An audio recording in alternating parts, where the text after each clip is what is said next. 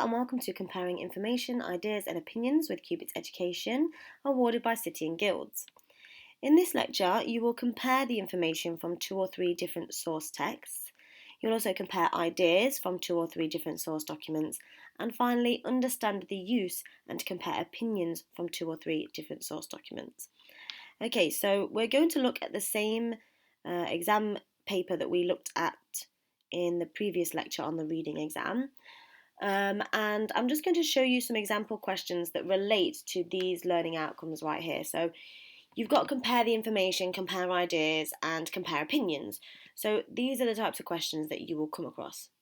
So what are 2 things the writer of document 1 and Wolf 77 in document 2 agree that a dog sitter needs to watch out for? We've come across that question before, but this is a nice one where it could relate to 2 different learning outcomes, so I wanted to put it into both lectures. That probably appears quite a few times with different questions. But as long as you understand how to answer them, that is the most important thing.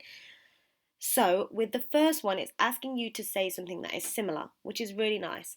So you can go to document 1 and to document 2, and you can find 2 points where Wolf 77 has said something very similar to the writer of document 1. And you will answer that, and you get 2 marks, okay? So you want 2 things. Then the next question says to compare opinions on dog treats in documents 1 and 2. Now, comparing opinions on dog treats between the 2 papers. For a question like this, and I would suggest that you take some notes here, when it says to compare opinions, you want to say something like, in document 1, the writer says that dog treats are, and then you would write down what you found in document 1. You would then say, however, in document 2, the writer says that dog treats, and then you write whatever you found out in document 2. You can write more than 3 points because it gives you 3 marks, which means 3 things that you want to say. So you can either compare 3 things, or you can say that document 1 says this, this and this, and document 2 says this, this and this. You still get the marks, okay? But just be sure to say and to write down where the information is from. Is it from document 1 or document 2? If you aren't clear, the examiner won't give you all the marks, okay? Another example is give 2 phrases that are facts and 2 phrases that are opinions in the setting up your business section of document 1. So we can go back to document 1 and have a look at this. So 2 phrases that are facts and 2 phrases that are opinions. So let's have a look at document 1, So document 1 in the setting up your business section. So here's our setting up your business section.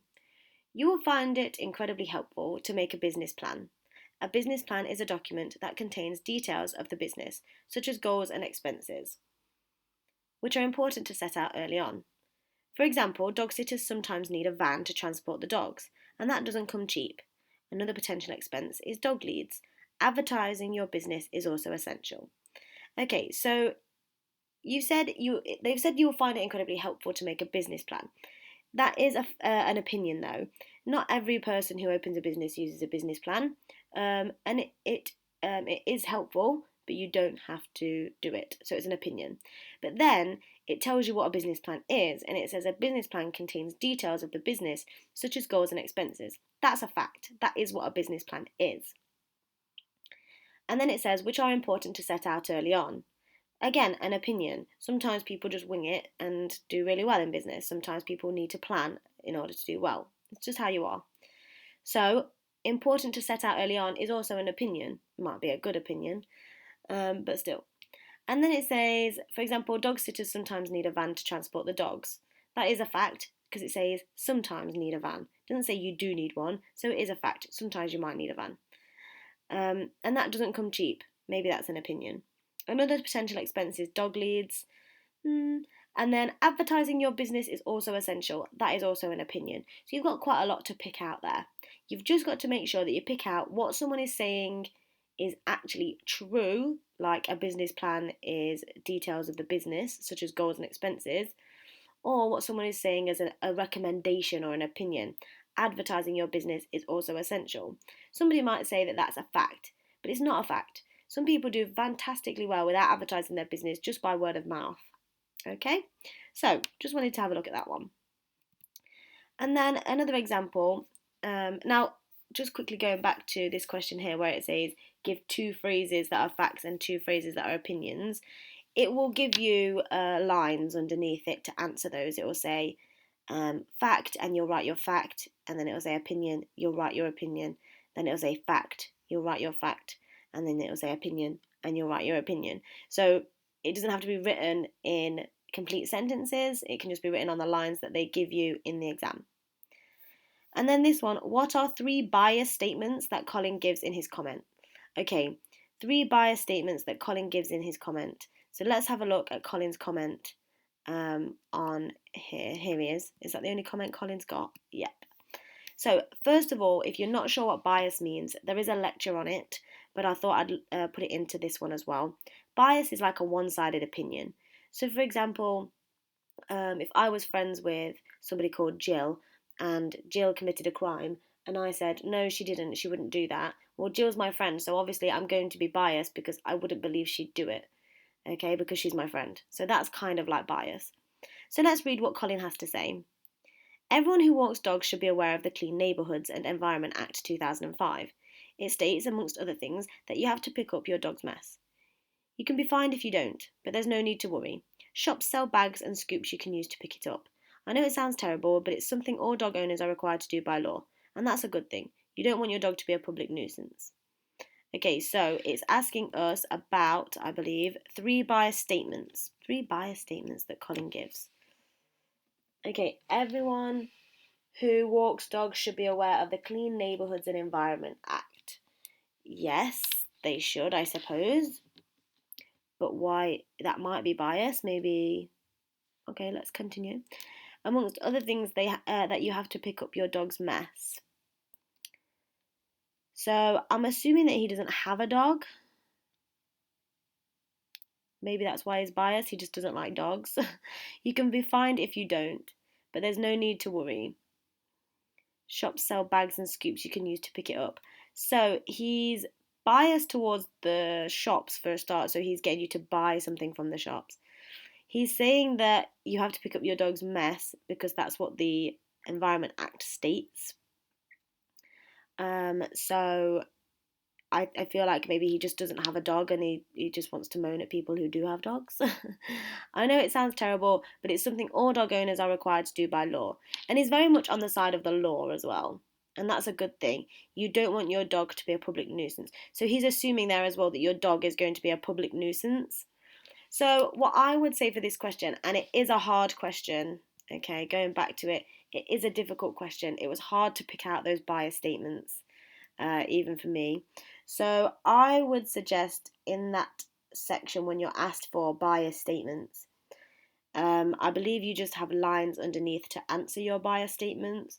So you can then just put the phrases in there that he uses. So all you need to do is write down the 3 phrases. So I would say everyone who walks dogs should be aware of the Clean Neighbourhoods and Environment Act 2005. I would then state you can be fined if you don't. And then maybe down here, it's something all dog owners are required to do by law. And then even this one, so even though you only get 3 marks, and I've said 4, so choose the 3 best ones. So you don't want your dog to be a public nuisance. That's also a very good one. So you can just write down your answers on the lines ready for your, just copy them from the text. You don't have to write complete sentences. It's not a writing test.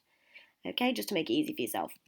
Alright, so another one that could come up in this kind of comparison style. What are 2 things? So we've looked at this one before, but I just wanted to look at it in more detail.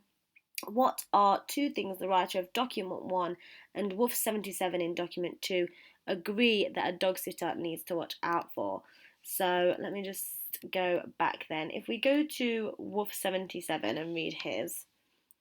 It is your duty to look out for any sickness and decide if the dog needs to go to the vet.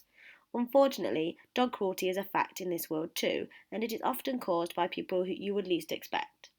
That means you need to learn to spot the warning signs. Has the dog suddenly developed a limp when it walks? There may be an innocent explanation for this, but, and then he stops himself there. So, the question, and I'm always going back to the question, I want to make sure I understand what the question is asking me. Okay, and also just make sure that you stay on task. Okay, there's been time and time again, people have just written a ton of, well, interesting information, but it's not relevant. So please make sure it's relevant to the source documents. What are two things? Be specific, but be short. You don't need to write a ton of writing. You only get 2 marks. What are two things the writer of document 1 and Wolf 77 in document 2 agree that a dog sitter needs to watch out for? So we know already that Wolf 77, all he's talked about is cruelty. So that is the thing we're going to have to look at in document 1. So let's go back to document 1. Let's see if we can find something about cruelty or anything like that. So, you must know about popular breeds and their behaviours. Okay, you have to be able to recognise signs that a dog is unwell. Can you feel scabs on its skin? You should also keep an eye out for clues it is being treated unkindly, such as flinching if you raise your hand to pat its head. Okay, so that links very well to Wolf 77's post. It is your duty to look out for sickness and decide if the dog needs to go to the vet.